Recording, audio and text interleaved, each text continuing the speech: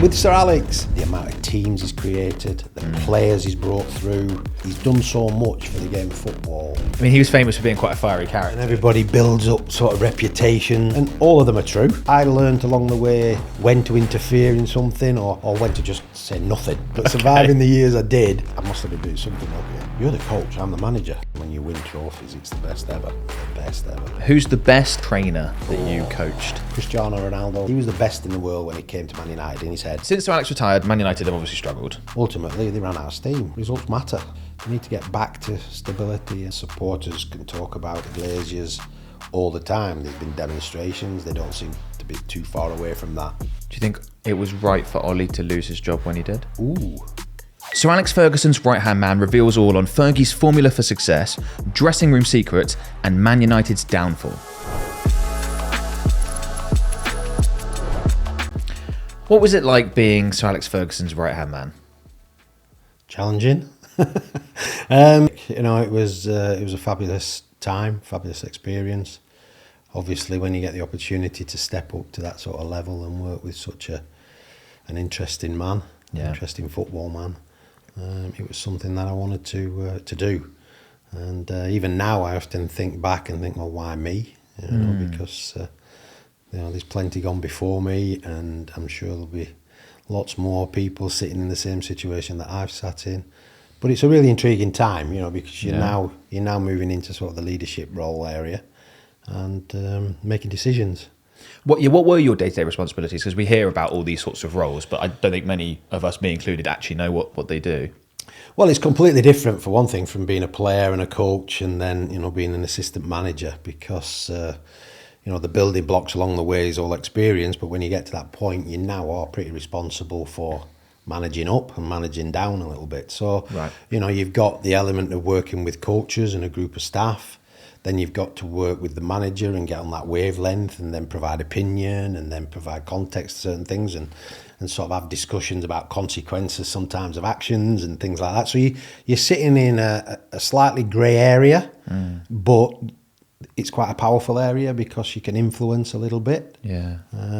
Sometimes you can, sometimes you can't, obviously. But ultimately, you have a guy who's sitting above you who makes the decisions. But it's sitting in a position where you have to manage the manager sometimes, and you have to manage the coaches and the players lower down, and that can be fraught with danger at times, but you've just got to find a way through it. It's a minefield at times, but you find your way through it. You mentioned it was challenging. Like, what specifically made it challenging? Challenging from the point of sometimes you can see something developing, and you can see the consequences of that development before it actually happens. And sometimes when you go, or it's higher, and football's quite a big decision-making environment, and it can happen pretty quickly, decision-making. But you can sit in a little area of, let's take our time with this, let's take a deep breath, let's not make the decision now when everybody's losing their head, sort of thing. Calm down, let's have a cup of tea, let's discuss that a bit further, because if we do this, possibly that could happen. In the end, ultimately, the guy at the top makes the choice, makes the decision, but you feel good about it because you've been part of that conversation, and you've made your point, but then you back the decision because that's your job. That's why you're working with them. But you have to give it, and give it as well. And sometimes it's correct to say, that's good, let's go with it. And other times it's like, well, think about it a little bit more. Let's go a bit deeper into it. I mean, he was famous for being quite a fiery character. I mean, did you have to sort of calm him down? There's a lot of persona out there about people, and everybody builds up sort of reputations and what you like on camera, off camera, what you like on the pitch side, what you like, in the office, sort of thing. And all of them are true. Yeah. But a lot of them are elaborated on. A lot of them are a little bit exaggerated. Yeah. But ultimately, when you're in that confined space and being a football coach, football assistant, stroke manager, there's a lot of common sense being applied. There's a lot of thought goes into what you do and how you do it. And then, obviously, a lot of talk, but also you've got to act on it, So it's not always what you see is what you get. Yeah. But there's a game to be played off the field as well as on it. Yes, yeah. So Alex is famous as well for changing coaches and assistants quite regularly. Was that part of the strategy? Why did that happen? I don't know. I've never really asked the question, why me? Okay. I thought about it a lot. But the day-to-day job was so rapid, it was just moving on all the time. You know, when you think about a professional football environment, and if you're a successful club, if you're going for trophies, you're playing every 3 days. Yeah. So it's only until you slow down or you stop or you're no longer in work that you reflect on what you've done, because you're always looking ahead, not backwards. You ain't got the time to correct a lot of what's gone on because the next one's coming around so quick. Okay. It's only a period of reflection when you get those moments, and usually they're not a reflection when you're at work, when you're in the office. Okay. You know, we're sitting very close to each other now, and I remember, you know, my office was next door to his office. Yeah. But a lot of the time we were doing our thing, and then occasionally we would be conversation that might be in over a coffee, a tea, breakfast, whatever. And a lot of it was probably done outside of the office. You know, when you're traveling and when you're sort of in hotels or you're having a beer or you're having a glass of wine, and those are the really important moments where you do discuss things better because you're out of the environment a little bit and you tend to think a little. Well, I certainly felt as though I could think clearer. Yeah. And you're undisturbed. You know, if you're Sir Alex Ferguson and you're Mike Phelan and you're working at a Manchester United and everything's going on all the time and his phone never stops, and, you know, so to have even a 1 minute conversation sometimes is near impossible. Yeah. You know? So you got to really choose what you're going to ask and what you're going to talk about. So your moments are pretty particular and your moments are pretty precious. Yeah. And it's how you get that message. And I suppose I learned along the way a type of skill in order to know when to say something, when not to, when to interfere in something, or when to just say nothing. You know, just stay away from that one. Yeah, you know okay. I mean? I imagine there were definitely some and there was moments like that, you know, Yeah. lots of moments like that. But with Sir Alex taking the role of assistant, he gave me a lot of opportunity and time to make decisions and to be there for him, you know, and surviving the years I did. Survival's the right word, but surviving the years I did, I must have been doing something okay. Absolutely. I imagine you also got offers to go to other clubs and be the top man, but you never did leave. Why did you stay? I was at the best club ever. Yeah. Do you know what I mean? The biggest club. It was a successful club, great players, great working environment, great staff to be around. But I'd got to that point, you know. Everybody seems to think that Man United was the only club I ever worked at, you know. But I was at Burnley, I was at Norwich, you know. I was even, you know, coaching at Norwich and Stockport and Blackpool. So there was a journey along the way to get to that point. To actually get offered a coaching role, having been a player at Manchester United, was sort of out of the blue. You know, I'd lost my job at Stockport County. All of a sudden, I'm being asked by Sir Alex to go in to Carrington, have a cup of tea, and let's have a chat, sort of thing, and put you right on whatever your next move's going to be. I go in there, talk to him, and he offers me a job. So the best thing Stockport ever did for me, really. But it was one of those moments, you know, where you've played there, you know what it's about, you know the extent of not the pressure as such, but expectation. You know what the expectation is. So yeah, it was brilliant for me to say, I'll come along and learn to coach. Really, I wasn't a fully fledged coach then. I was just on that early stages of coaching, but it seemed to develop pretty quickly, and probably helped by a successful manager and a great club, and also good players. Winning mentality was terrific. And you just apply yourself to that, you know, you're part of it.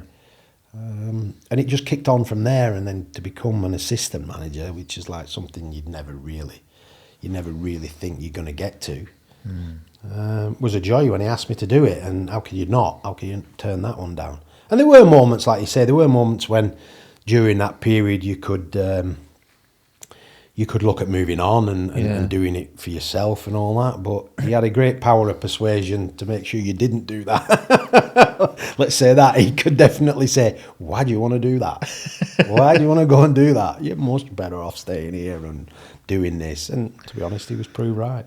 Brilliant. So you never asked a question of why you, but what did he look for in coaches, or what did the two of you, if you were making decisions together, look for in coaches?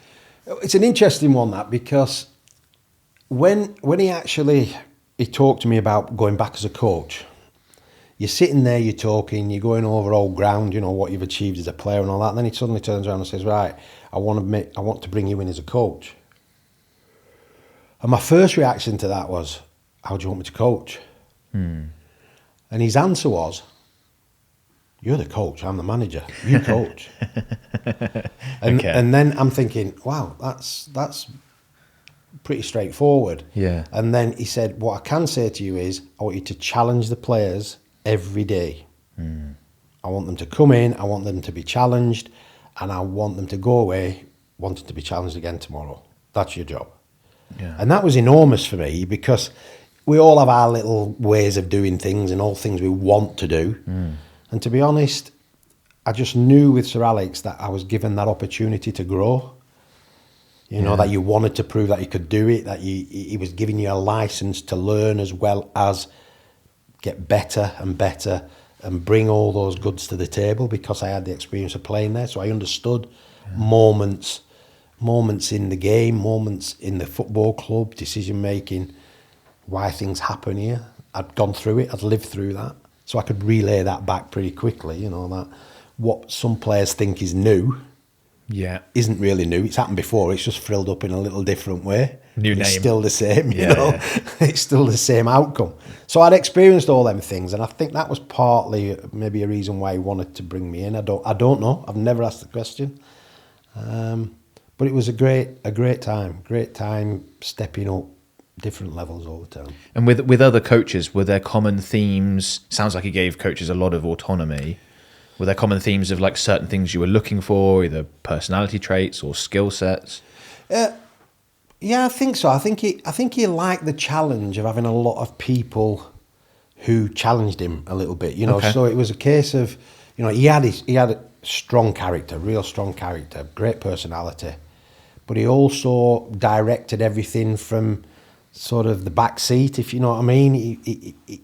He had a way of being around to make major decisions, but he was always around to say, get on with it. Yeah, I like that, I don't like that. What was your thought when you did that? So on occasion he might say, today we need to do this. And then he'd leave you to find a way to do it. It wasn't like, you know, well, we're not scoring goals, so today I want to practice where we're scoring goals. Well, that's so broad, it's unbelievable. You know, but he wouldn't say, this is the session I want you to do. He would say, no, that's my idea, that's what I want to see out there. Or he might simply say, I want them to have some fun today, I just want them to chill out, relax, you know. And occasionally he'd say, what are you going to do today? And then you'd tell him and he'd go, yeah, that's good, let's have a go at that, let's see what it is. Or other times you'd say, just tag a little bit of this in to it. So it was always quick conversations, but it was over to you, get on with it. That's interesting. And it was, you know, he had a way where he stood and observed everything. And occasionally he would dip in, but he very rarely took sessions, very rarely. But he was the guy that went in there and talked it through. He was the guy in there that observed everything. So he was monitoring the whole thing, probably me as a coach and other coaches had before him, but certainly the players, how they were approaching the session. Were they getting a good vibe from it? What was the atmosphere like? Could you generate interest? What's your personality and character like? I'm sure he went through all those things. And in the end, you get on with it. You know, you just get on with it because that's your job. I mean, that sounds like quite a different approach to a lot of the top coaches we see now, like a Pep Guardiola, for example. It seems like he would be much more involved in the details of the coaching. Yeah, there was detail. There was definitely detail, but the detail was more in how we're going to approach the game, not necessarily the training sessions. Yeah, okay. Nowadays, you tend to see a lot of functional training. It's laid down. For one thing, there's a lot more people involved in a football team now. Yeah. I mean, you look at it on a Saturday or whenever they play now, how many people walk out behind the team now. It's amazing how many staff members are on that field now. All have got specific roles. Well, you know, early on in my early coaching, it was manager, chief executive, manager, coach, and then maybe a club doctor, physiotherapist. And it was a small unit, but a unique unit. Yeah. That grew enormously. So now everybody has a bit of everybody now, you know what I mean? So, gotcha. And if you're the sports strength and conditioning guy or you're the sports scientist, they all want moments with you. So you've got to find a different way of working now and bringing all that together. But ultimately, it's for the players to make sure the players are in condition to do the job. It can be difficult because the numbers are going up, and different coaches have different ways of doing it, and that's good. They have different ways of organising, and they may be scripted, they may be pretty off the cuff, they may be so organised that it's incredibly difficult to make a detour from what the programme is going to be. It's just an individual thing.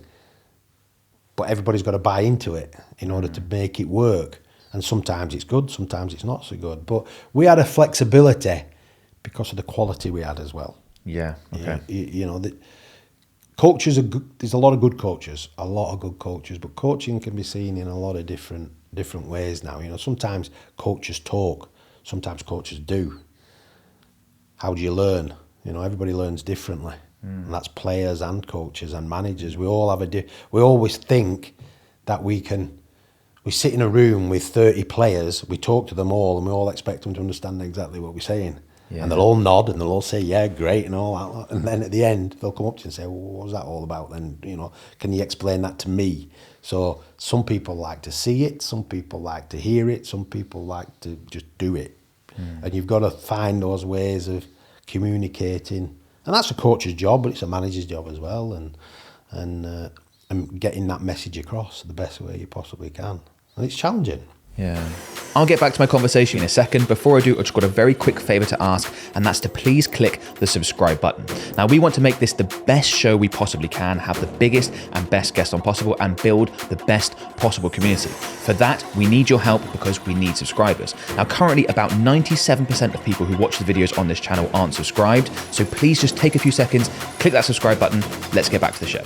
So obviously, when you were there, that was a real period of success under Sir Alex. You mentioned around he wanted you to challenge the players every day. I imagine that was a huge part of why Sir Alex's Man United teams were able to have success and keep going again and again and again. Yeah, there was moments when you had to, you challenge them individually, but then you challenge them collectively or in the small groups, right. You know, and how you do that. I mean, we all talk about possession football now. Well, when you're coaching possession sessions, there's a million coaching possession sessions. It's a ball with a group of players, and they're keeping the ball or you're getting the ball, and you're enjoying moving the ball around and creating space and things like that. There's a coach talking for you. That's the technical side. But within that, you can coach other things, and within that, you can create an atmosphere, and you can create a tempo, and you can create, you know, good awareness and things like this, all in just a basic idea, and not make it too complicated. Not have too many cones and, you know, all these things out there. Don't make it look like an airport runway at night, you know what I mean? Just get on the grass, set something up and let them play. And it's challenging because you're asking them to do things in the moment, literally live. So it's not a set up, detailed thing. It's more, hey, learn how to dribble, And these are top players who take on that, you know. Some are great runners, some are great thinkers, some are great skill players. Some are good at one touch, some are good at two touch. But in one little session, you can get all that out for every individual. And all you're trying to say is keep the ball, move the ball around, find space, this, that thing. But the challenge for them is to do it well, do it quick, do it slow, do it, be in control, be in charge.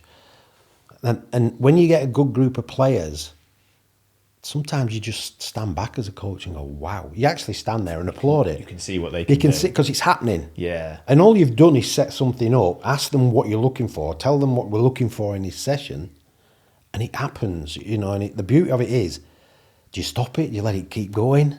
They're enjoying themselves. Wow, keep that flavour, you know, keep that atmosphere in there, because they're all being competitive against themselves and each other. Yeah. And it's a wonderful thing when it happens. And I'm sure all the top coaches like Jurgen Klopp and Pep, they must put things on and let it roll sometimes, because they'll just go, wow, this is brilliant, this is happening. And all you've done is put something in place and let them take over, really, and then stop it. Sir Alex was one who loved to see tempo, he loved to see enjoyment, he loved to see things working, you know, and scoring goals even in practice. but he was also a little bit worried that don't leave it all on the training ground. Okay. Save some. So stop.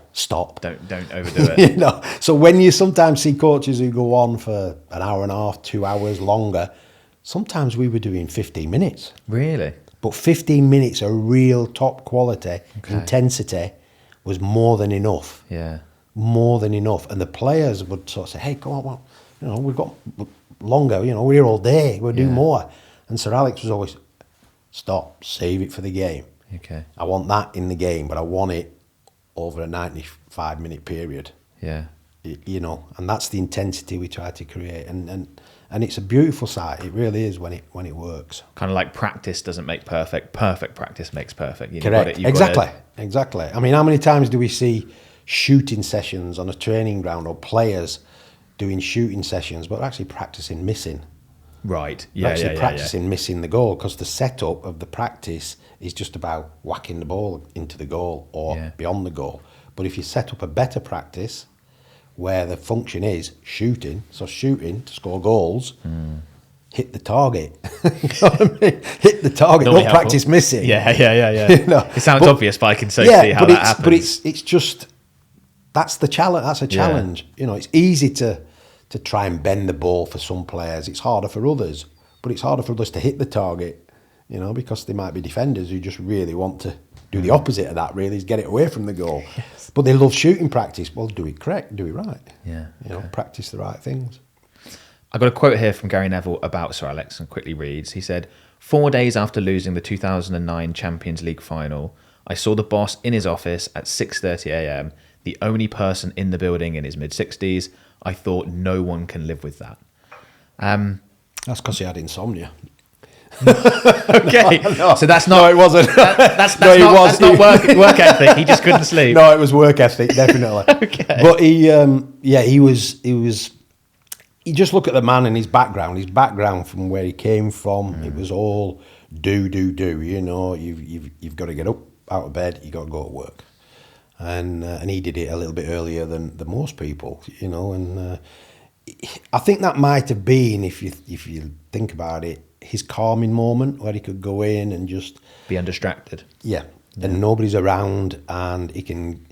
It's amazing, probably, what you can do from 6 o'clock till 8 o'clock in the morning when nobody's around, and then from 8 onwards, it's chaos. Yeah. You know what I mean? So it might be that, but everybody has a different optimum working time. You know, it might be later in the day, it might be in the afternoon, in the mornings. We all find a way where we really feel more at ease to make those judgment calls you need to make at that level, by the way, as well. You know, you're talking about the manager of Man United. Yeah. And also speak to people of the same sort of irk, really, you know, where they're up early and they're businessmen or they've got. So I'm sure those types of people communicate with each other and just see how the land lies, and, you know, are you thinking in the right way, and, you know, all these types of things are there if you want to explore them. And he was very good. He was very good at communicating with other people outside of the game, and I'm sure that was part of the reasons where he was picking up new ideas and you know, wondering, has he just got this problem? Has everybody else got it? So it's one of those moments. So everybody needs it. Everybody needs that. But he was definitely a worker. Yeah, a real worker. Yeah. I was mentioning before we started recording that we had Mark Clattenburg on the show yesterday, and he mentioned around that 6-1 defeat to Man City, and he said that Sir Alex just absolutely lost it. What do you remember of that? Yeah, he usually lost it in a 1-0 defeat, let alone a 6-1 defeat. No, he was just, every time you lost a game of football, he always felt, and we did as players and certainly coaches, that could we have done better? With the ability we've got, could we actually have done better? Did we actually put enough into that game to win it? Yeah.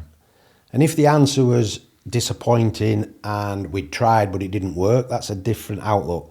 But if we fell short as players, coaches, or even as a manager, not acceptable. Not acceptable. And the reason when I used to think about it was he put so much belief in you. He chose you to play. He chose you to be part of this game. He chose you to be on that bench. He chose you to be, his assistant. And you didn't want to fail. You didn't want to let him down. And losing a game, I wouldn't say it's ultimate failure, but there's reasons for losing a game. And if it was lack of effort or lack of planning or lack of intention to win the game, it wasn't acceptable. And I get that. I think that's a great way of looking at it. In high, we're talking about high professional level sport. That you have to bring everything to the game. Everything. Don't leave anything short. And that's because he knew what you had.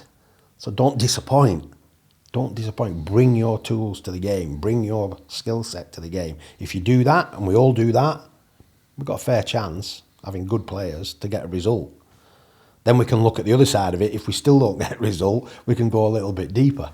But his belief in winning was there all the time. Winning a five-a-side game in training, important, because it translates itself into actual competition. Can you handle it? Can you win? Do you want to win? Or do you want to just accept getting beat in training? So it's all character building, and that was his personality. So he brought that to the team.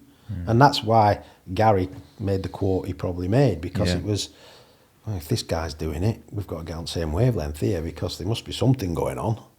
And we're winning all the time, so it's probably the right way of doing it. And I'm sure Gary applies that now to his own business ventures and what he's doing himself. I'm sure he's got that that's been sort of laid down to him.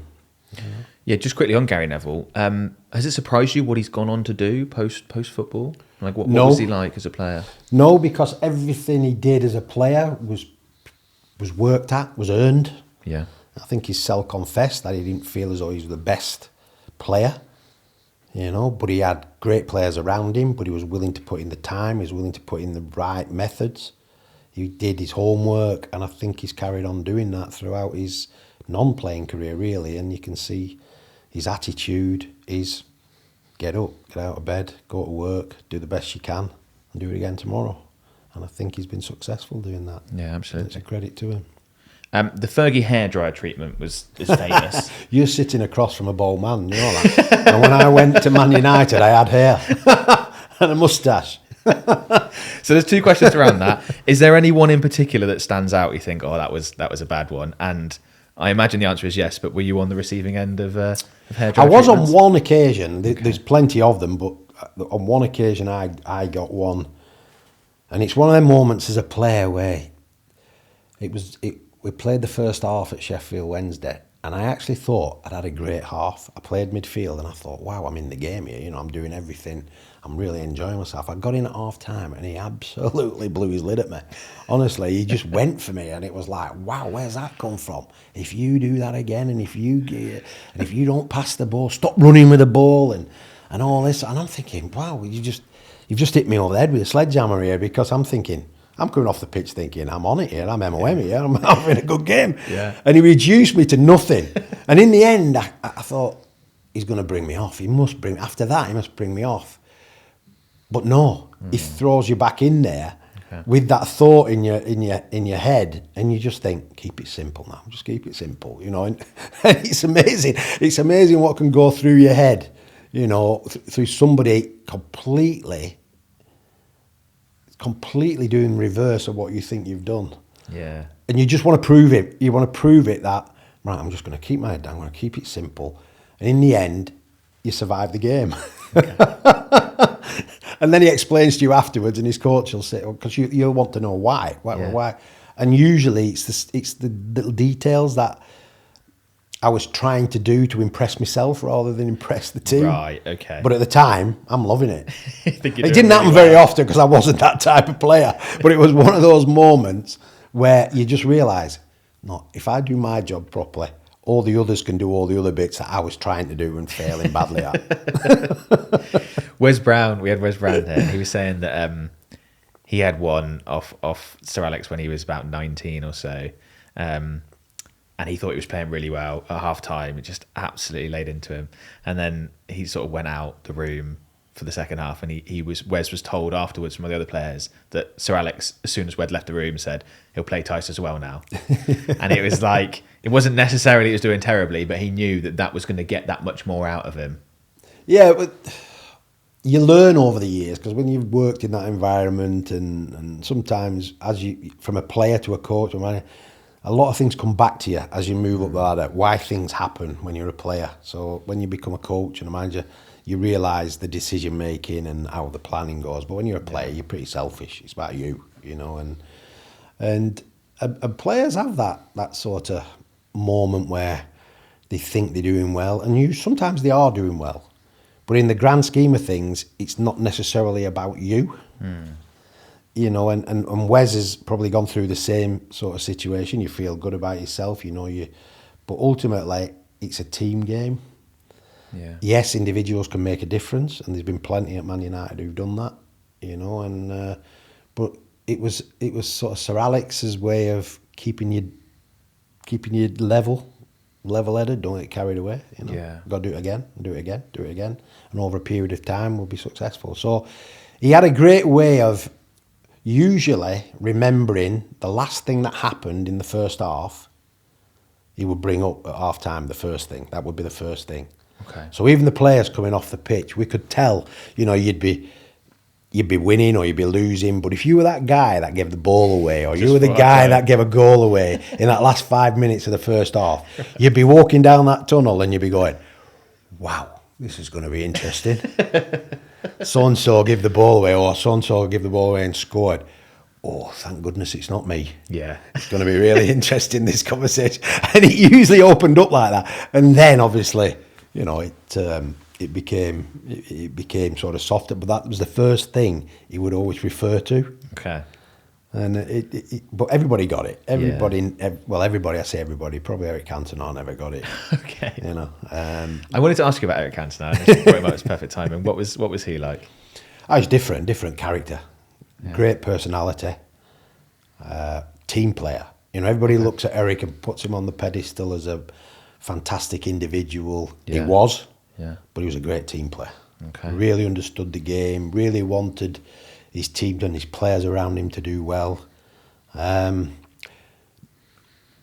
wouldn't say a difficult communicator. He was French. I think he understood and spoke French better than he portrayed himself at the time. Okay. Which is a great thing to have if you can do it. Yeah. You know what I mean?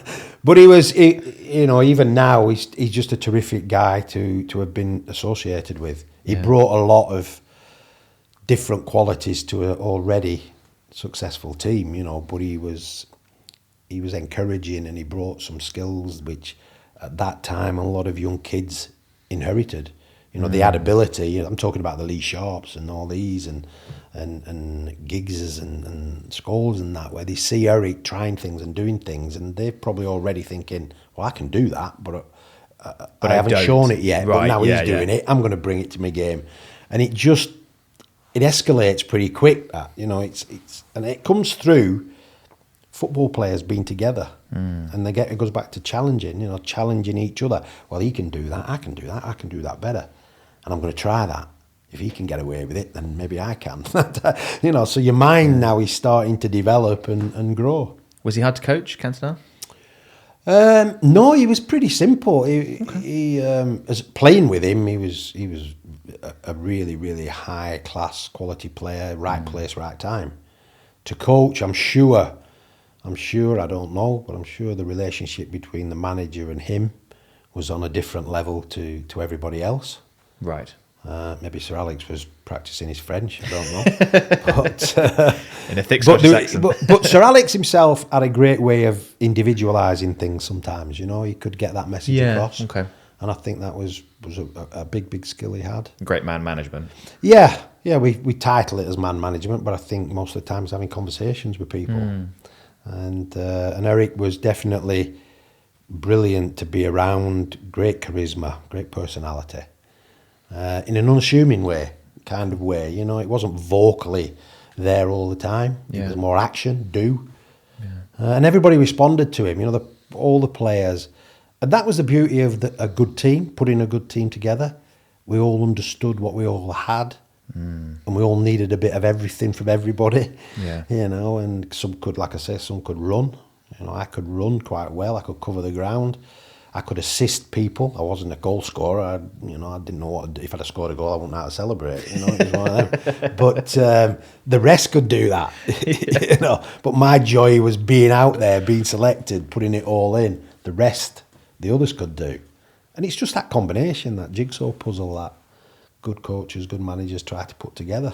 Good clubs put together, Do you have a favourite moment from being Sir Alex's assistant manager? Is there one that really stands out? There's plenty of good moments, where you realise all the work and effort you've put in climaxes in winning. Yeah, not just winning a game, but winning trophies. Yeah. Because everybody looks at it just from the competition side, the game day, and everybody looks at it from winning the trophy, but ultimately all that work that goes into getting to that point, let alone winning it on a one-off game.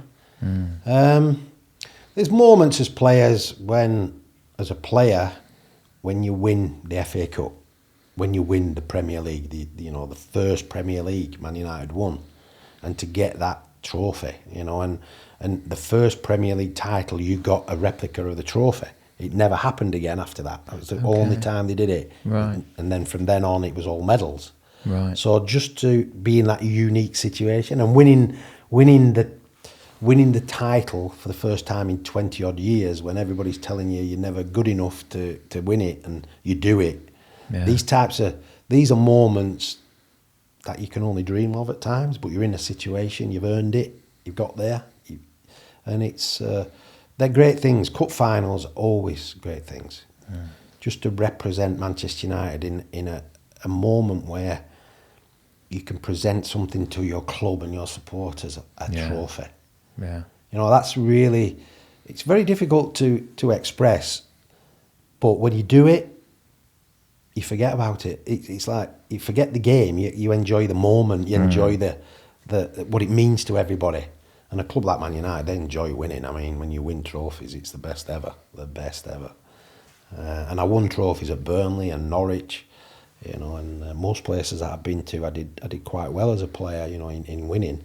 But winning for a club like Man United in Europe, and then as a coach, winning, being involved in 3 Champions League finals and winning one.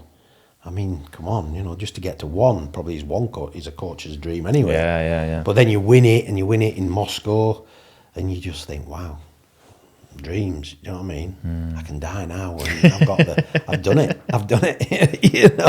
And it all comes flooding back to you. Not the actual game, but those moments. But it's the moment of final whistle, won it, charging down that touchline, jumping on the goalkeeper because he saved the penalty, or he saved the penalty before the winning one, and you just think, wow, he's lying on the floor, I'm the first there, my heart's coming out of my chest, and I think I'm going to die any moment now. But what a way to go! And I dive on Edwin van der Sar, and stupidly I forget there's probably going to be another 25 people coming all on top now, and I'm going, wow, don't get any better than this.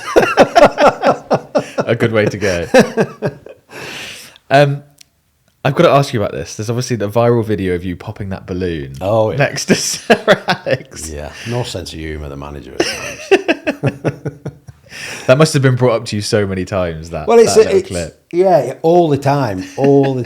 But it was a moment in time as well, because you've prepared the team, there's nothing you can do, you go out, you sit in the dugout, and literally they're getting ready to kick off. They kick off, the game's going on, but just before kick-off, there's a couple of balloons on the pitch and what have you. And when, and we've probably all had this, that we have a moment where we spot something and it ends up cemented inside your head. Yeah.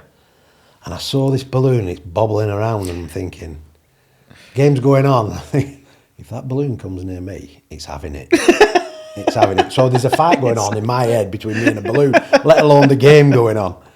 And as soon as I thought it, I don't know how this happens, and some scientist could probably tell me, some professor, the balloon's suddenly attracted to you, and it starts to come closer to you. And it's coming, and I'm still watching the balloon. And when I look back and I pick the balloon up and I literally let it go, I put my foot on it, everybody jumps out of the skin, everybody. And I'm the only guy having a laugh. I'm smiling and laughing. And Sir Alex is losing the plot. Honestly, he's losing the plot. It's only when I look back, because he obviously, I think if you can read his lips, you won't be far off understanding what he said. It's not hard to lip read in that scenario. At that moment, I'm just thinking, that was so funny, that was just, and then I watched it back the night, like match of the day or whatever it was, and I still thought it was hilarious. But if you look at it closely, Sir Alex is the one that's lost the plot, and all the other coaches in that are still laughing behind. They started laughing as well, but they're actually watching the game as they're laughing. Yeah. You can. You can see everyone doing this. That's me done. I think I'm getting the sack in the morning. I think that might be me gone. And it was only till the morning after where when he called me into his office, and I thought, here we go. This could be the moment. And he tried to be serious in the office about it. Really? But all of a sudden he broke out laughing. And the only reason he broke out is because I think his grandchildren had showed him the clip that night before. And they saw it for the funny, like granddad or grandpa had sort of lost it and what have you. And it just lightened the moment up. So, it was funny. It was funny. It was a moment. Good bit of fun. So Sir Alex wasn't the only manager of Manchester United that you worked under. Worked with Ole Gunnar Solskjær as well. What was it like working with him? It was different. It was a different time, a different moment, a different stage in Man United's, you could call it history, really. The opportunity came up again. I'd left. Were you surprised to get that offer? Yeah, I was surprised. I'd sort of moved on a little bit. I was looking at other opportunities. I'd left when Sir Alex left. Yeah. I took a bit of time out, and then I started to creep back in as a coach again. Got the smell for it again, sort of thing. And then I had a couple of opportunities to coach and manage, and it was great. It was a really interesting time. And then when Manchester United were going through this phase of one manager in 20 odd years to 4 managers in 6 years, and suddenly I did a stint at Central Coast Mariners, which was terrific in Australia. Great little club. That opportunity came up to sort of dip in and out there 3-4 times a year. Came back at Christmas, and then all of a sudden there was pressure on Jose Mourinho, lost his job, and I get a phone call. I'm actually out coaching, get a phone call, and it's, where are you? Messages, where are you? We're trying to get hold of you. I've been coaching for like 6 hours, so I hadn't had my phone with me or anything. And then I heard that Jose had lost his job, so I'm taking these messages. I got loads of messages. Pick up your phone. Where are you? What are you doing? So then I did. And it was sort of, Ollie mentioned that the opportunity was there for him to go in as manager, and he was considering me to help him out. Did I fancy that? And of course I said, yeah, if the opportunity's there, definitely. And I still was working at Central Coast Mariners, who were terrific in the way they handled it. And it was a goer. So I'll go back in, and it's a different club. It's Man United, but it felt like I'd never been away, but it felt like it was a different organisation.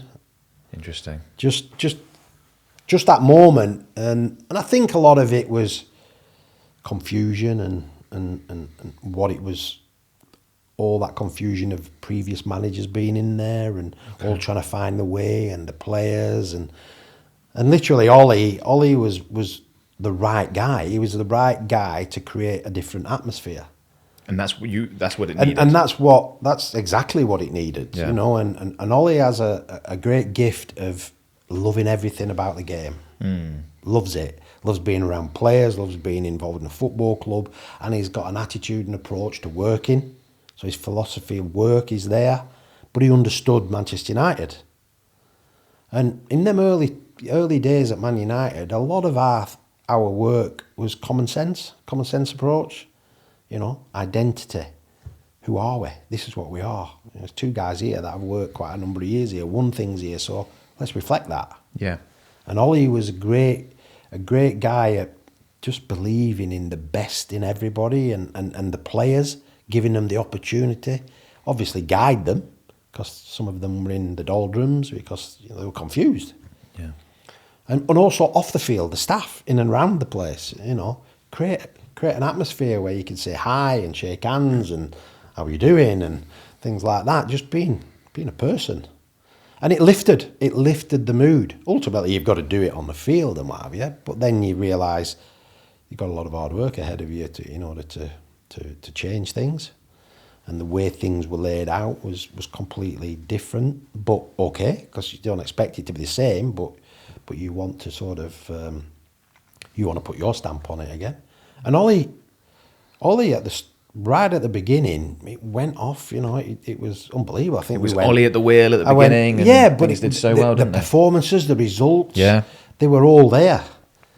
And we were pinching ourselves sometimes, maybe, and just thinking, wow, these players can play, and they could. Ultimately, they ran out of steam, and then we had to build again.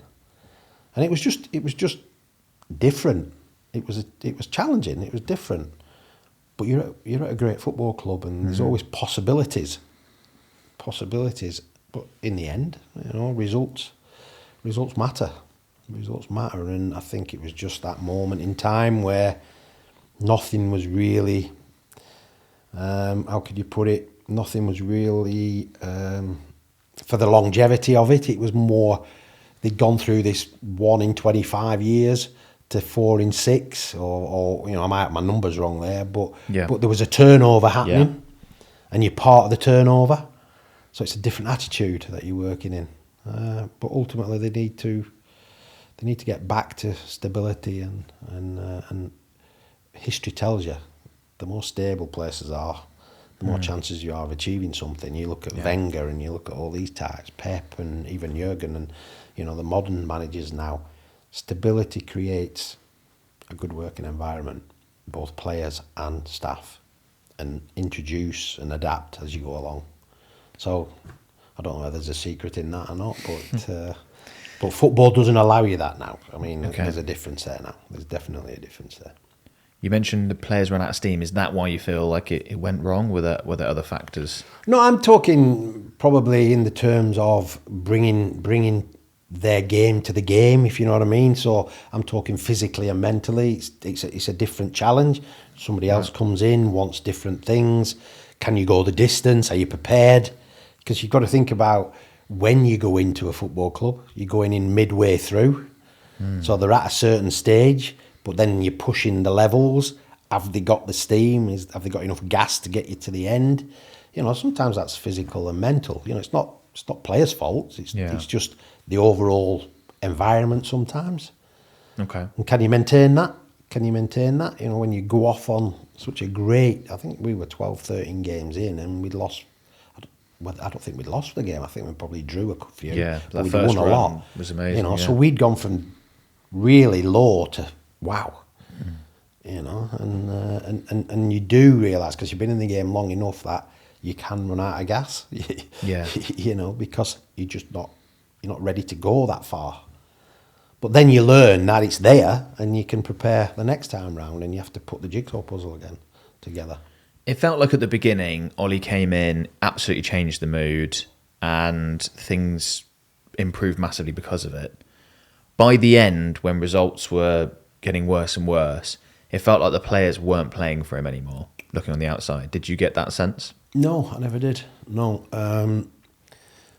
There's a lot of easy things to say in the game of football. You can pick it up that we're changing direction. That's a great one nowadays. We're going in a different direction, coach and club. Okay, well, there's a parting of the waves. Or you've lost the dressing room. They're all great quotes. And they're just statements that people can make pretty easily. Right. Yes, they can find, ways of asking those questions on with individuals within staff and with individuals of players. Mm-hmm. Usually you can find that out through... we can all get the answer we're looking for if we look deep enough, and that comes from players and staff. Most of the time, players that don't play can give you the answer you want, which makes an article.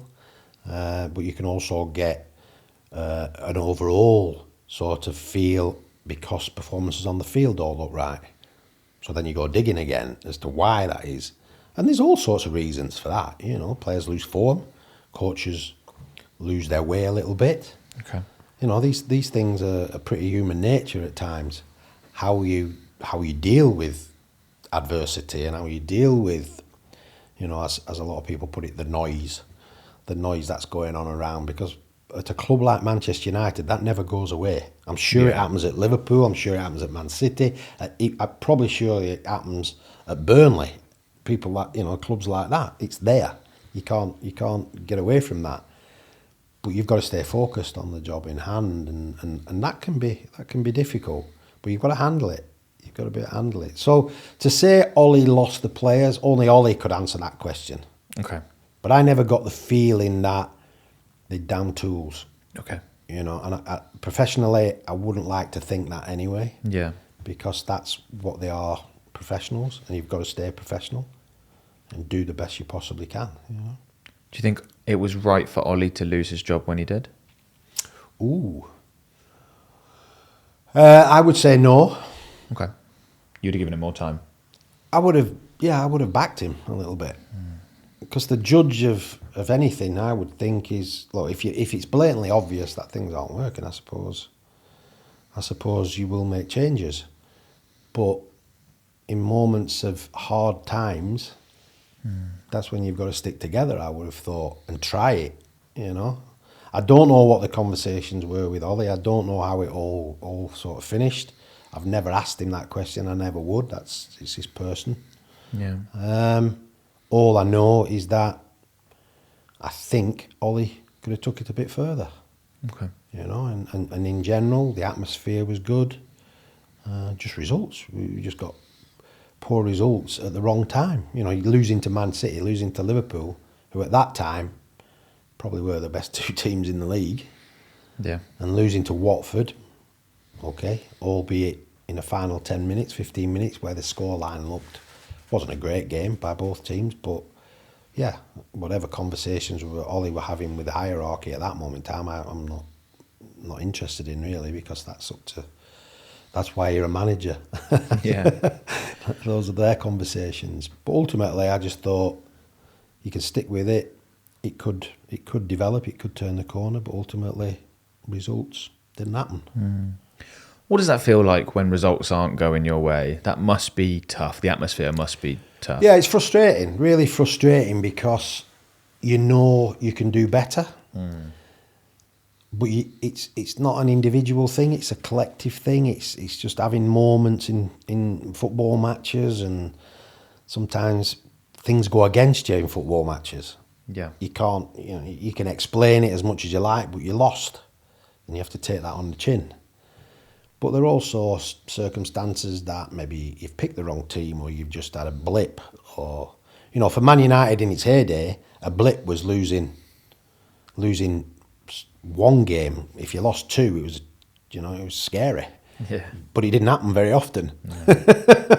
So when you now look at football and you lose, you know, what they play, if they're playing every 3 days, the top teams, so say in a month, you possibly could be playing 12 games, 10 games at least, in all levels, so you're being judged on 10 games in 1 month, and yet the season goes on for how many months? And ultimately, that's where the pressure mounts a little bit. You know, well, we've not won there, or we've drawn there, and we need to win this one, or we can't afford to lose that one, and that's when it all builds up into this crescendo of you're having some poor results. And the facts are there, because everybody's seen it, but we sometimes forget that it comes down to a decision, or the performance was great, but we just got unlucky. Okay. But you can't describe unluck. We talk about luck and unlucky. What is it? The media won't take kindly. No, you can't. You know, we talk about injuries. They're all part and parcel of it. Yeah. But fundamentally, you've got to get out there, do the best you can, perform, and get the result, or get more good results than not. Did you find the players harder to manage during that era than previously under Sir Alex? Are modern players harder to manage than they used to be? It's a good question. I think mentality's changed in footballers. How so? Probably the scrutiny is far greater. Everything's instant now than it ever has been. We're all guilty of having mobile phones and technology and instant access to stuff. I mean, now things that happen in a football match are live. Do you know what I mean? They're out in the big wide world as the game is still going on. So everybody's forming opinions during the game. It used to be opinions after the game in the pub or, you know, in a discussion and things like that. Whereas now it's happening all the time. And I think that brings a little bit of scrutiny on players as individuals and teams. Also, I think what's different now, which probably wasn't there before, it might have been in a small way, but players are brands now. They're their own brands. They're commodities. They're their own brands. I think in my day, as a player, it was more of a career. It was career. Yeah. You know, as you got better, as you progressed, as you won things, you got rewarded. So ultimately, you were working, you know, as a young apprentice, went through. Every time you did well, success, you got a new deal, or you got a little bit more cash, a little bit more money, a longer contract, bigger club. So all these things nowadays, that comes straight very, away, very quickly. Yeah. And with that, big responsibility. And big egos with that as well. Correct, yeah, probably, yeah. Everybody's different. Everybody handles it differently. Everybody has a different take on what they want to achieve, how they want to get there, how quick do they want to get there, or are they willing to wait? I mean, you talk about, you've got kids now, you know, you got one on the way and one already. They're very young now, but you wait. The demand that's put on you now, you know, because it's instant. They want it now. Why can't they have it now? Yeah. And it's hard sometimes to explain to them, hey, you know, this is a journey. This is part of the progress. You know, we're getting better. You get rewarded. You cannot fail in the Premier League. If you're a player in the Premier League now, you cannot fail to earn money, good money. You can't. It's there. You know, if you're good at what you do and you do it well, you get rewarded, and you get rewarded very, very well. So ultimately, that shouldn't be the driving factor because it's there. No football club can afford to, you know, they afford you as long as they possibly can, and that's good money. Yeah. And then when the time's right, they will move you on. But that's business. Yeah. That's a fact of life. But now players are businesses, they're brands, so they understand that journey now a little bit differently to what we did. So you've just got to get your head around it because that's the way it is. Okay. I want to ask you about Roy Keane. Oh, right. I imagine that managing Roy Keane would have been very difficult, being able to give him instructions and have him not come back at you. Yeah, well, I actually played with Roy Keane, believe it or not. Right, I played against Roy and played with Roy at one point. Okay. But actually coaching Roy, I thought was simple, really. You're talking about a top player. You're talking about a player that is pushing and pushing and pushing the boundaries all the time, and he wants to achieve. He's a winner. Yeah. He's a winner. So in essence, you've actually got everything at your disposal. Personality and character, what you see is what you get. The thing is when you want to venture into those areas of Roy Keane, when Roy Keane's at his best and worst.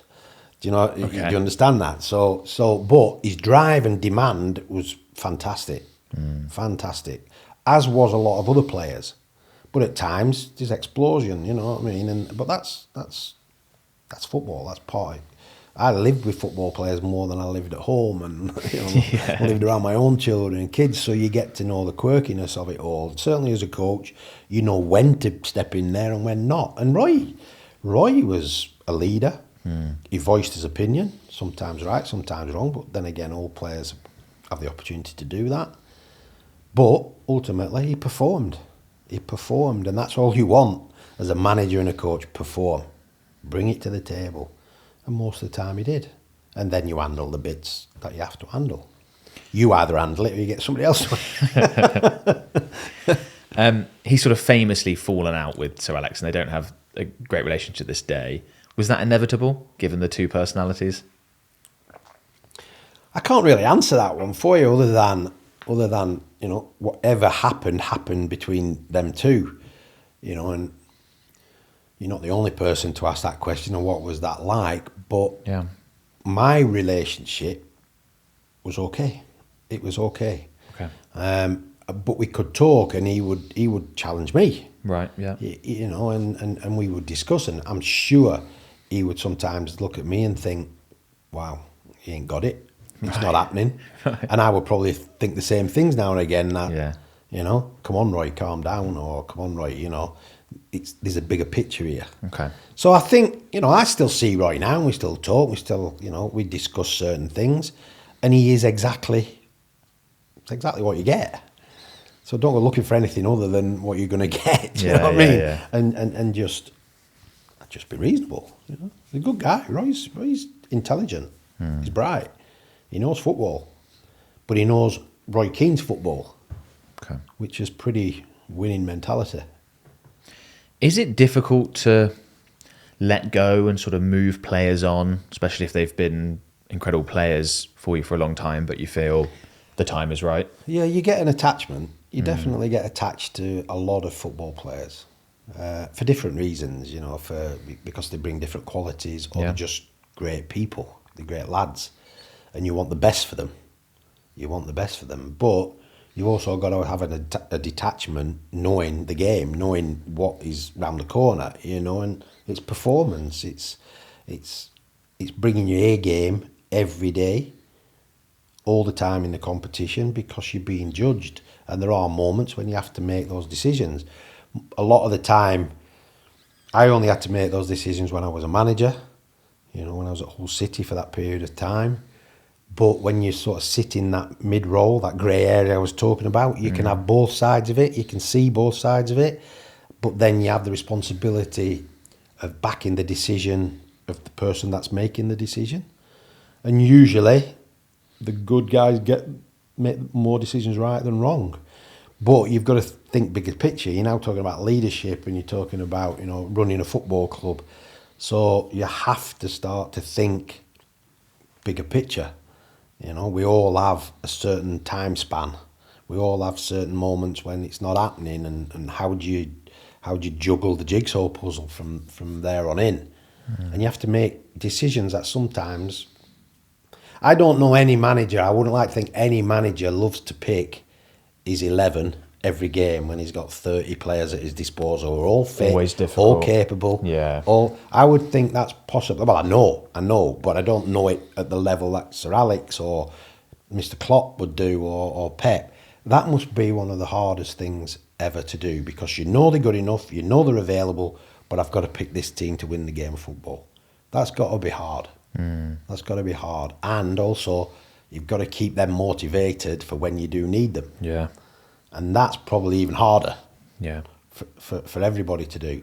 But if you want to be successful, that's possibly the most important thing you've got to do. The ones that are not playing are probably the most important players, to make sure the other players who are playing carry on doing what they're doing. Yeah. So there's a different psyche, a different mentality as to how you do that, and only you can find a way of doing that. Some other players I wanted to ask you about that you coached. Wayne Rooney. How good was he? Oh, good. I mean, Wayne at 16 was 36. You know, he was a man. He looked it as well. He was a character, but you want character. You need character to get through your life in football. You know, you have to have character and personality, and Wayne had loads of that, but he had ability. And he was tenacious, and he was strong, and he was unfazed. You know, he was probably one of the early players in this next generation where bring it on attitude. Okay. Do you know what I mean? I'm not fazed by anything. Yeah. I'll have a go at anything. I'm good enough to do this. And he did it. He produced. You know, and he was terrific ability. Great mindset, at the right club when it needed to be, with the right players. And then you think about Wayne and the partnerships he had with Tevez and all these. I mean, I played as a defender. I was a centre-back. I wouldn't like playing against Tevez and Rooney together. No. Wow, beasts, a pair of them. So whatever happened to the other defenders that played against them, they were terrorised, you know. Yeah. But that was, again, putting them together. And it worked. it worked terrifically, and they were only just two. You know, there's been others in Man United's history of, you know, your Van Nistelrooys, and then you put Cole and York together, and Cantona up there, and things like that. So now you start to see the qualities of these guys, and that's just at the top end. You know, there's others. I forgot a few of the others. You know, I apologise for not being able to. Of course, there's no way you could list to them mention all of them. You'd have no chance. But they all brought a mass amount of quality and a mass amount of work ethic and winning mentality that they could play. And Wayne was one of them that could lead from the front, lead through ability, and just keep pushing the boundaries. Were you surprised when he handed in a transfer request? Yeah, probably. Probably because everything's going okay. Reasons why, I don't know. You know, that's again, those discussions happen behind closed doors. But yeah, I don't know. It's just a moment in time where you reflect on something, you make a choice, and you put it out there. You know, and then the consequences of that, I suppose, you've got to deal with them. But having a player of that quality, they're like little diamonds because you have them for so long. Okay. And so appreciate it when you've got them. It's like inevitability comes along now and again, you know, where you know it's going to be short and sweet, but it's going to be brilliant. So rather than worry about what might be, just go with it. Go with it, and other decisions along the way. And in football, everything changes day to day. Everything. So you might as well understand that and expect that it's coming your way at some point. So yes, I was surprised at that moment that he was looking to move on, but he'll have his reasons. I would have thought. Never discussed them with him. You mentioned Carlos Tevez as well. Obviously went to Man City. How did you feel about that? I was sorry to not be working with Carlos Tevez. Obviously, the added bit is when you move across to your neighbours, but there's a sense of that's a bit traitorous of that. From a supporter's point of view, probably, yeah, they probably would think it's like a Man United player going to Liverpool. There's not been many of them. There has been some, you know, and the other way, Liverpool coming to Man United, you know, does it happen? That's more of a fan thing. I think when you're in the game of football at that time, you wonder why does that happen? But then you realise it's going to happen. You know, you've no divine right to keep hold of a player beyond a certain period of time with a contract. They're going to move on. Sound pretty philosophical there, don't I? But to actually, go across to your neighbour, you wonder what's gone on there, but what can you do about it? You know, the player does it for his reason. Supporters don't like it for their reason. There's nothing you can do about it. Who's the best and worst trainer that you coached in Man United? Brian McClare, when I played, wasn't a great trainer.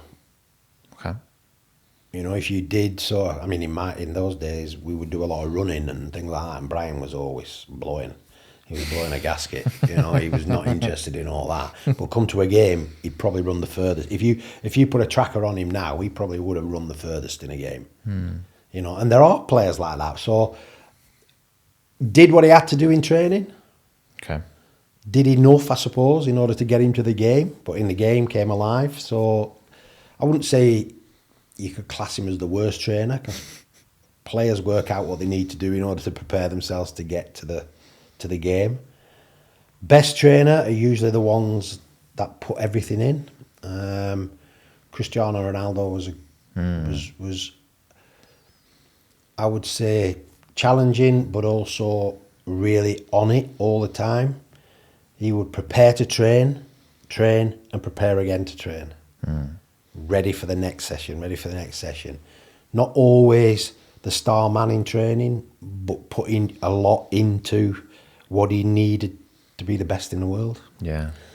And he had a mindset that was fantastic. Really, really challenging, but fantastic. He was the best in the world when he came to Man United in his head. And he was only just starting out in the game. But he knew. And could you see it? Yeah. Was there a sense of that? Like, this guy's going to be one of the best ever? Yeah. There are moments when you come across people. One player I could say that about now would be Jude Bellingham. And I saw Jude, just going off piste a bit, but I saw Jude at Birmingham. He played 4 positions in one game at 16 in the Championship, and he was man of the match in all positions in that one game.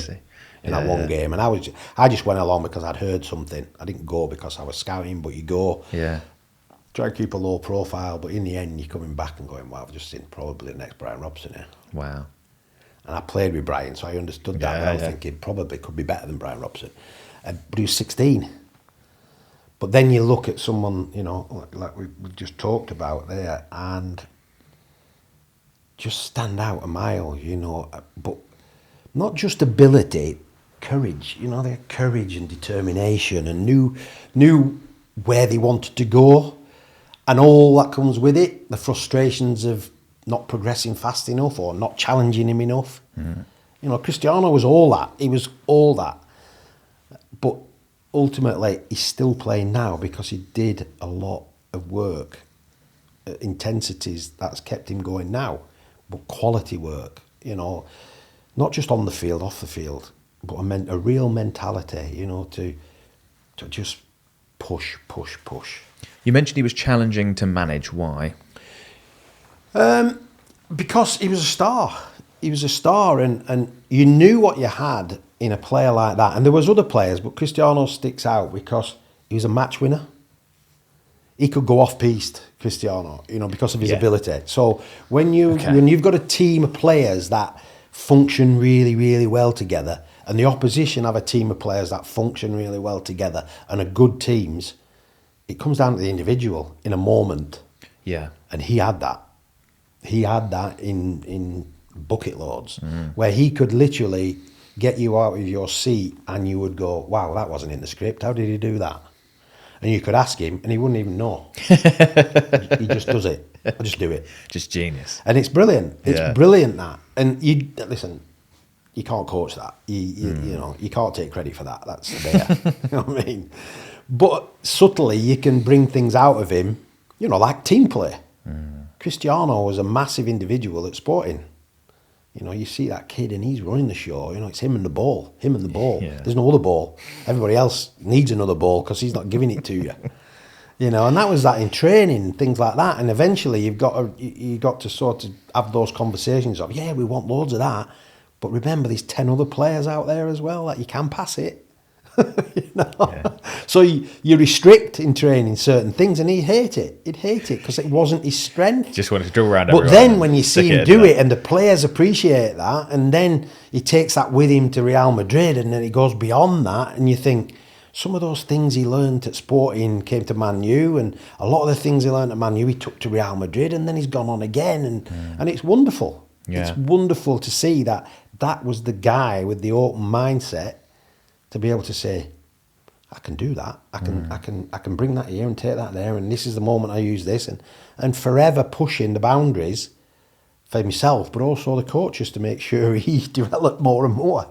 And look what he's doing now. He's in another European final. I think he's broke a record, being selected for another European Championships. Yeah.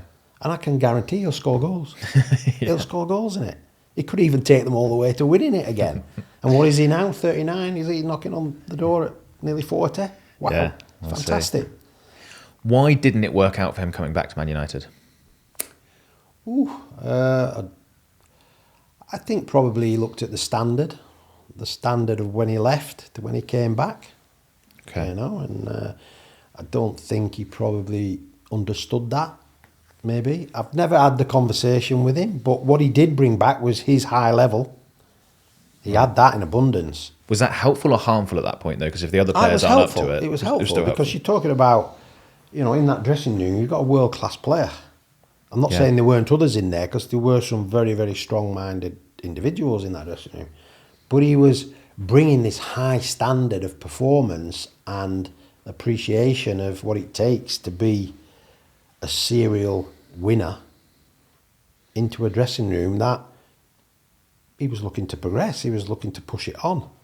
And for whatever reason, it didn't work out in the way I think he expected it to, and he made the choices he made and moved on, and that happens. That happens. You don't have a career that always is beautiful, and there are certain things you have to live with and consequences to actions. But ultimately, he made his choices for himself to move on. And I guess with a character like that, things like the Piers Morgan interview are possibilities. Well, he got a great scoop out of it, didn't he? I don't know whether that was more about Ronaldo or more about Piers. Broke records in views, I think. Since Sir Alex retired, Man United have obviously struggled. Do you think the Glazers are to blame for that? You obviously worked for the Glazers for a long time.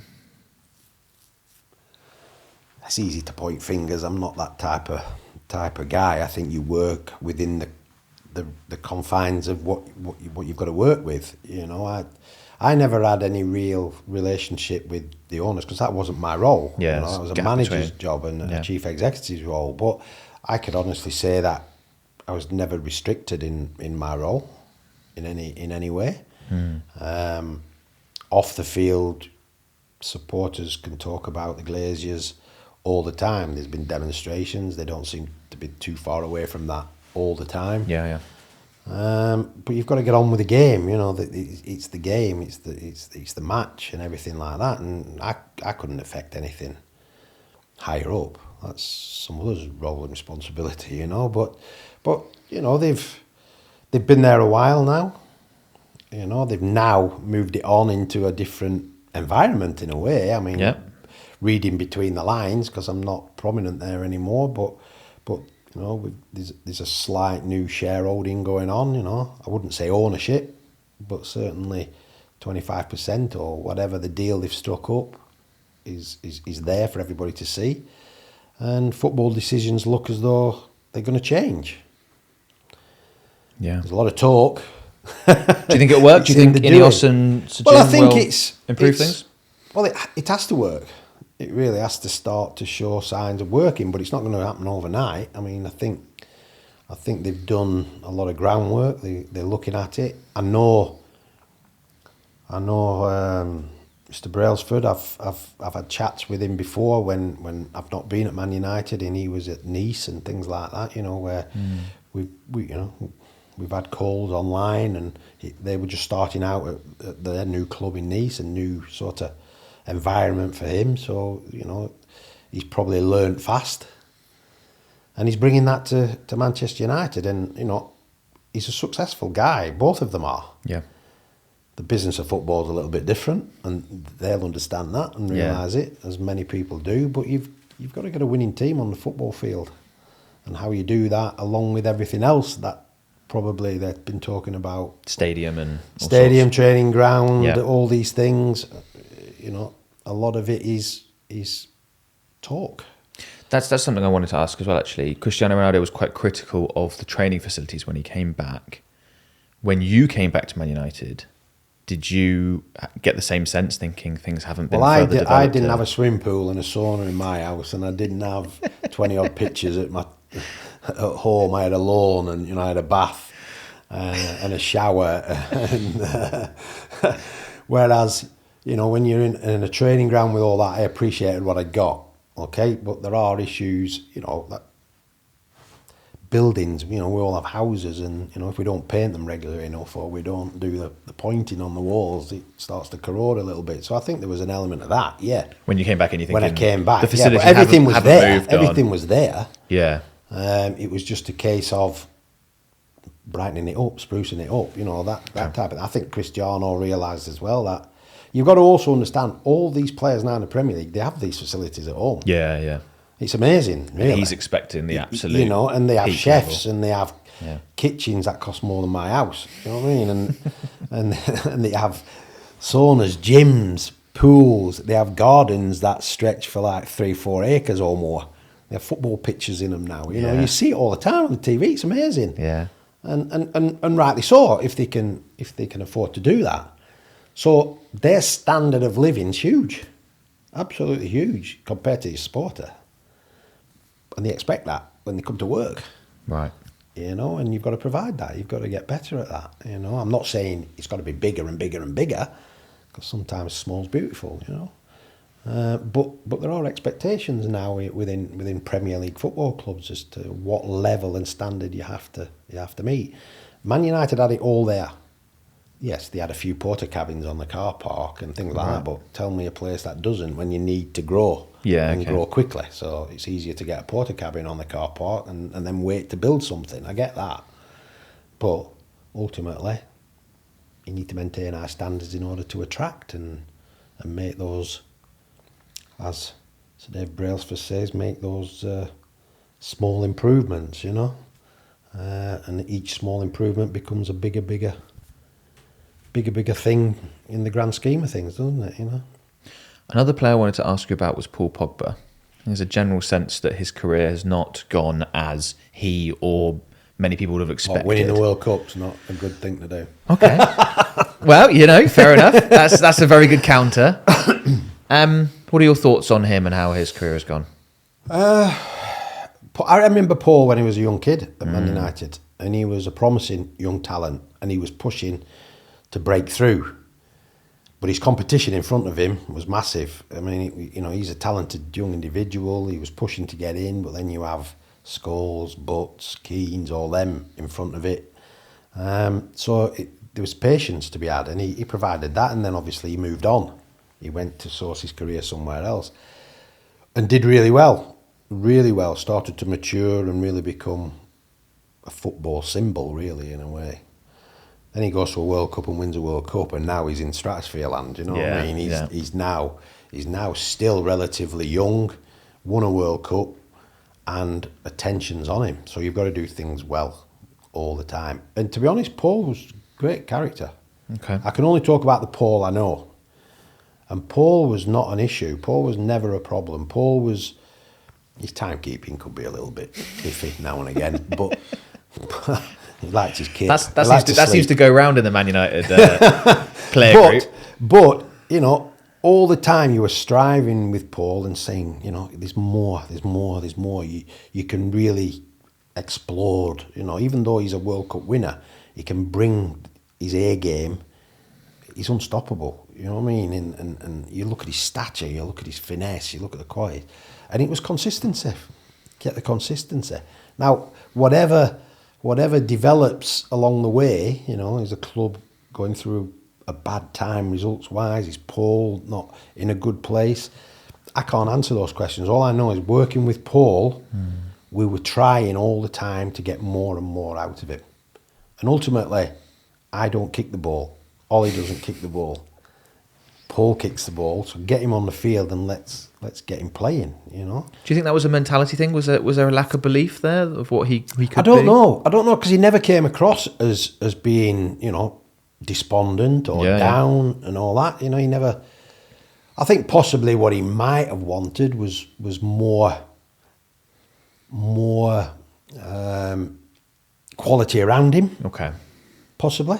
Good players like to be with good players. I'm not saying that there weren't good players there. But he really had that for France, didn't he? He wanted, probably. Yeah. Maybe he wanted those consistently good players around him to bring the best out of himself. Some people thrive on being the main man, and some need a little bit of something around them to bring it out. Maybe that wasn't there. I don't really know. It's a difficult, but working with him, no problem at all. Talking with him, good knowledge on the game. You just wanted him to explode, you know, and really take it on. And sometimes we got it. And when you get it, wow. But when you don't, as a coach, you get frustrated. And I'm sure he got frustrated as well with it. I'm sure he did. And ultimately, he's moved on and things haven't gone the way he would have expected, I would have thought. But I'm not his judge and jury. Last question. Is Sir Alex still the greatest manager of all time? Or is Pep that's because the challenger? Debate's been over the period of time. For me, I mean, I've not worked with Pep and I've not worked with Klopp and these types of guys, but I appreciate everything that they bring to the game.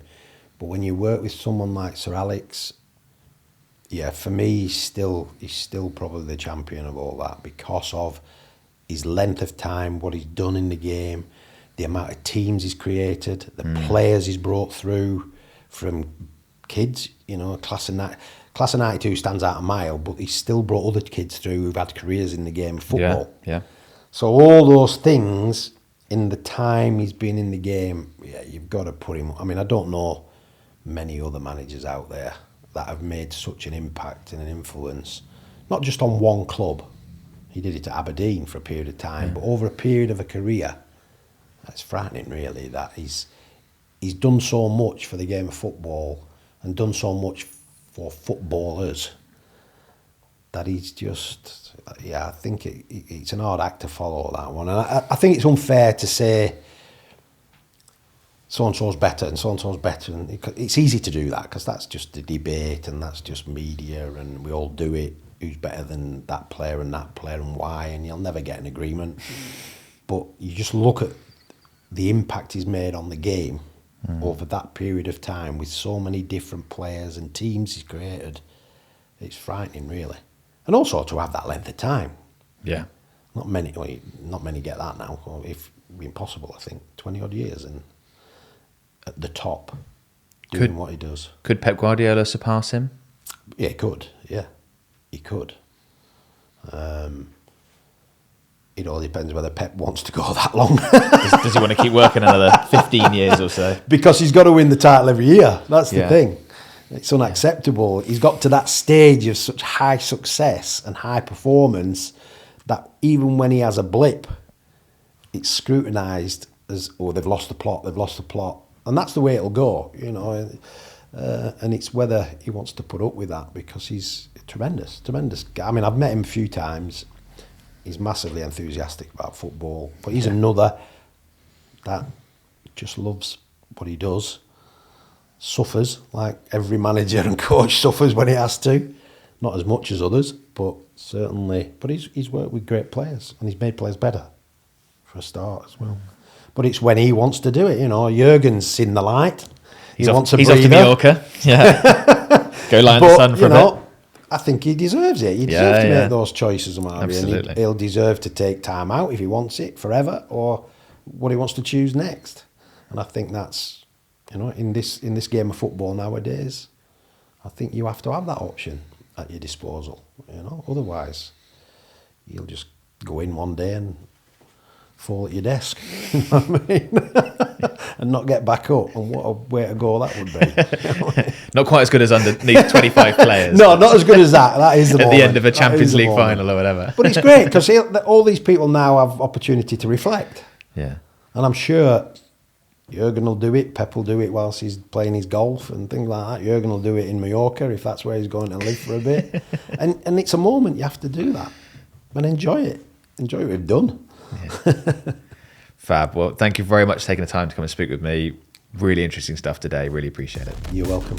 That was a great conversation with Mike. I found it really interesting hearing about the differences between Man United and what it was when it was really successful versus what it has become. But I'd really like to know what you think. Let me know in the comments below. If you enjoyed that, I think you'll love my interview with Wes Brown, where he opens up about his bankruptcy and a whole lot of other things. You can check it out right here.